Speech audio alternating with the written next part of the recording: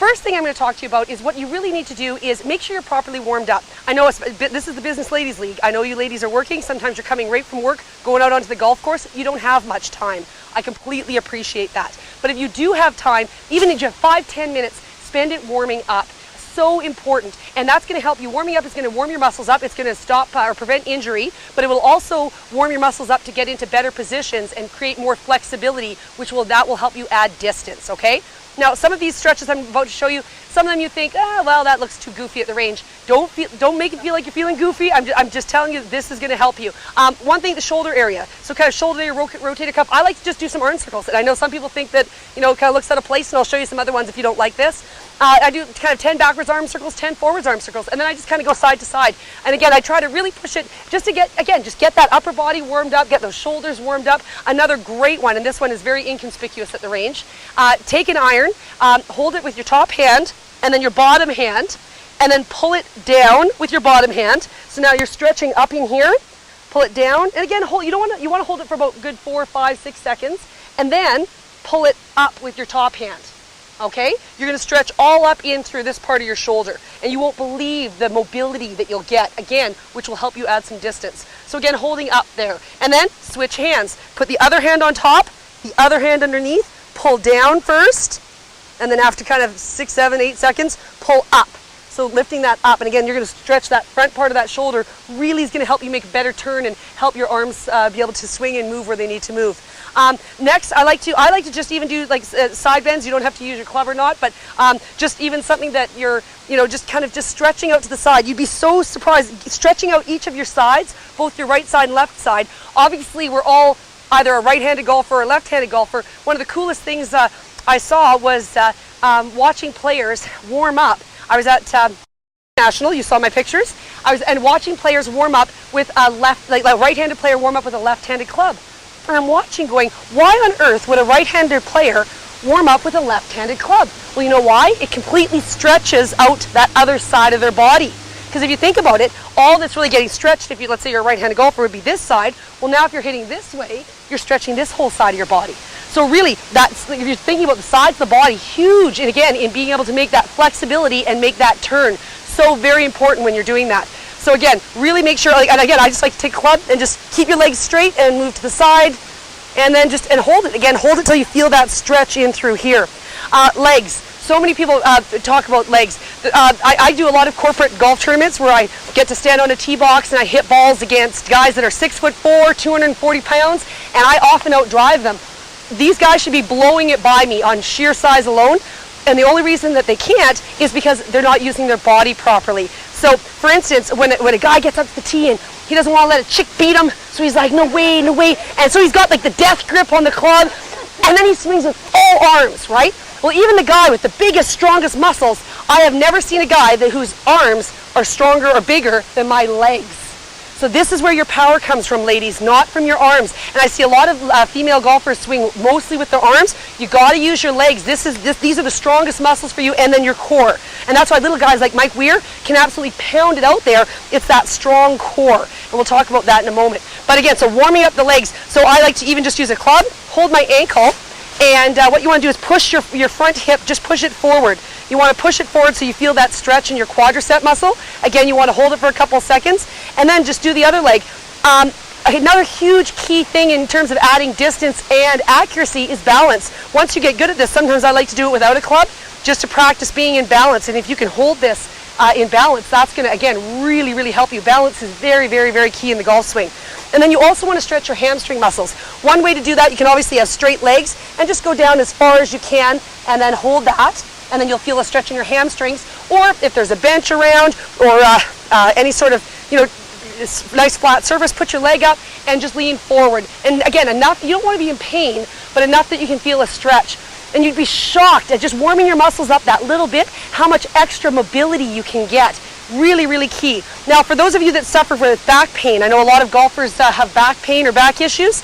One really great stretch that I've used is clasping your hands together, put your knee in your hands, and you pull it down. You kind of tilt your shoulders back and forth like this, and you're going to feel lots of stretch in your upper back there, lots of stretch. Then Clasp your hands, move it towards your ankle. Again, this takes a lot of balance, so this is a great way to practice your balance. You can do this at home. This is something you can easily do at home. Put it down and go side to side.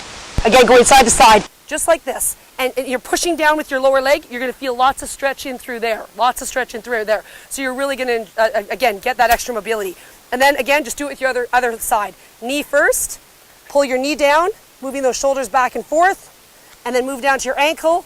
Oh, and I can feel it really a lot in my lower back. Now, once you've done that, then I want you to take the club and slowly, do not do this too quickly, ladies, slowly go side to side, okay?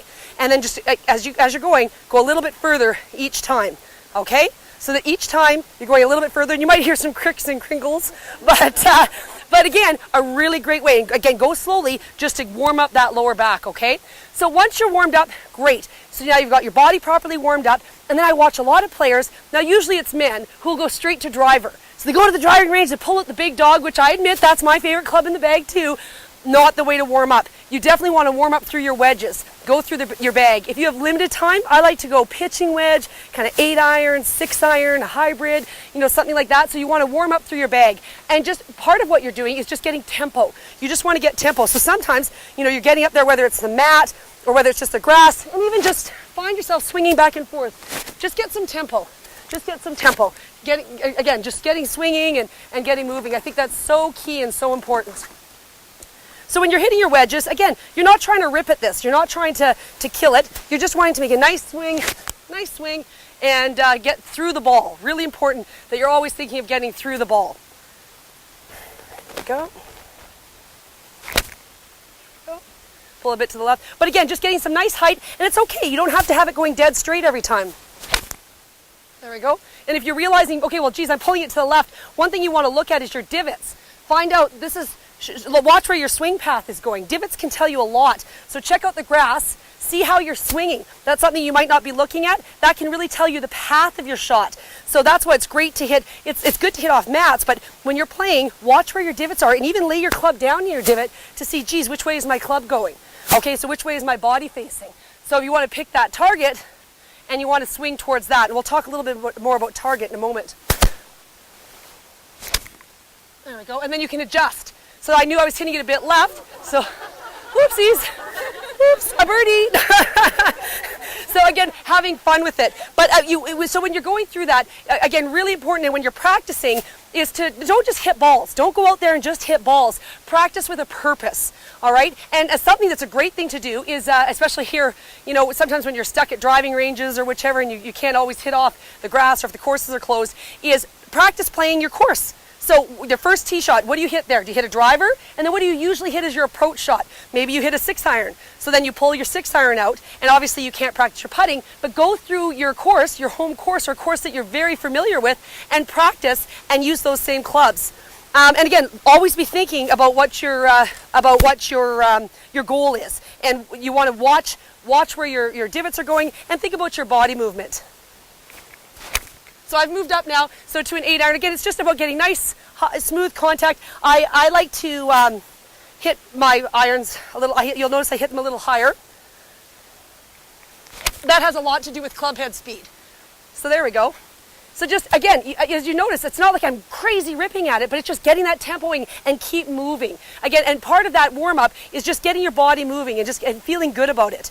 Again, so that was pitching wedge, 8 iron. So I'll move up towards a 6 iron. And again, just moving up through that bag, I find of course the longer irons are a little tougher to hit. And so you take the practice swings. If you hit, I find when I hit 2 poor shots in the row at the driving range, I stop, I take a practice swing, and again, slow yourself down. It's not a race. You're out there, it's not about getting through that bucket as fast as you can.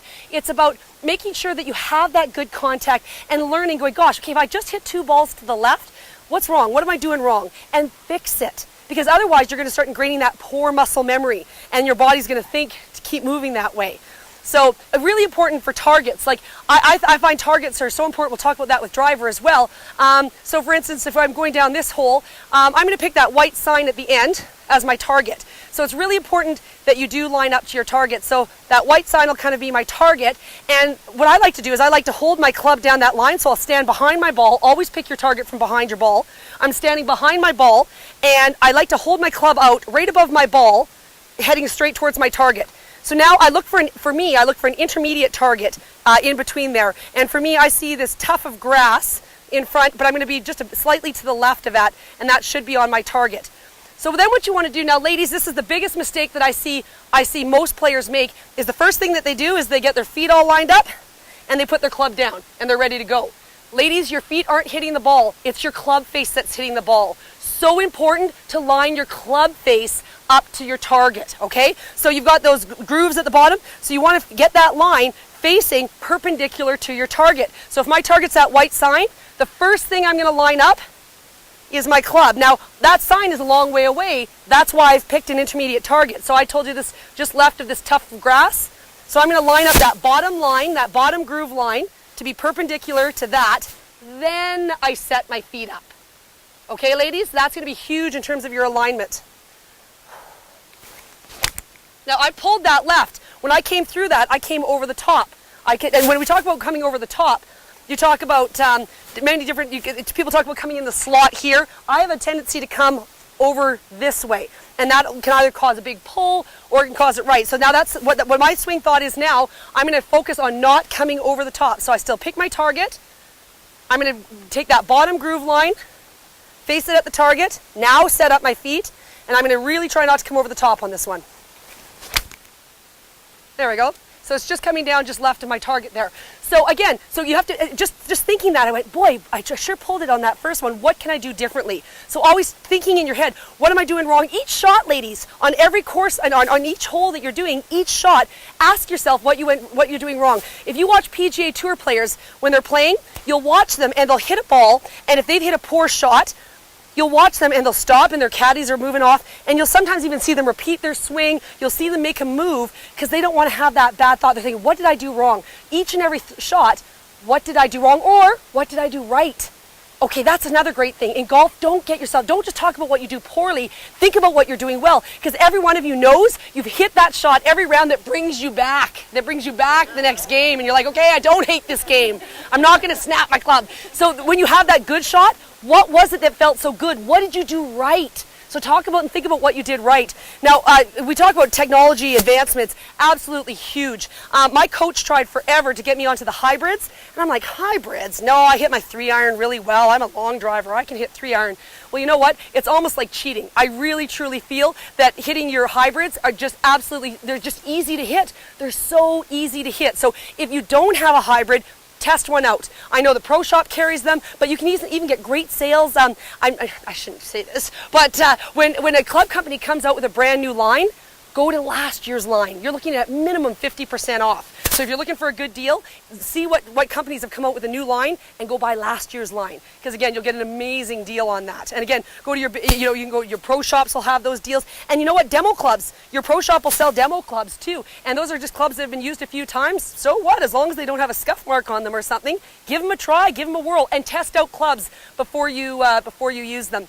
One last bit of advice. If you walk into a golf shop and someone's talking to you and they say, oh, you're a female, perfect, here's our ladies clubs, and they show you their pink clubs, or, yeah, you know what? Don't buy it there. The most important thing, nowadays, all clubs are, thank you, all clubs are absolutely, they're top end, they're phenomenal. I can't think of a club company that doesn't put out a good line, because they wouldn't be in business. What's most important, ladies, and this is really key for you to know, is shaft. Shaft, shaft, shaft. The flex of your shaft has got to match your golf swing, okay? Now, some of you ladies, you look very athletic. That means you should be hitting at least, I would say, a senior flex, if not a men's regular, or even a men's stiff. I hit a men's stiff, and I'm not super, super strong, but so check, it's all about club head speed, what club head speed you can generate. So again, your Pro Shop should be able to do it here, or maybe if they can't, I'm sure they have equipment that'll be able to do that. Golf Town or any of those retailers, get your club head speed measured. Okay, or you could be using something that's too flexible for you. So maybe your errant shot isn't your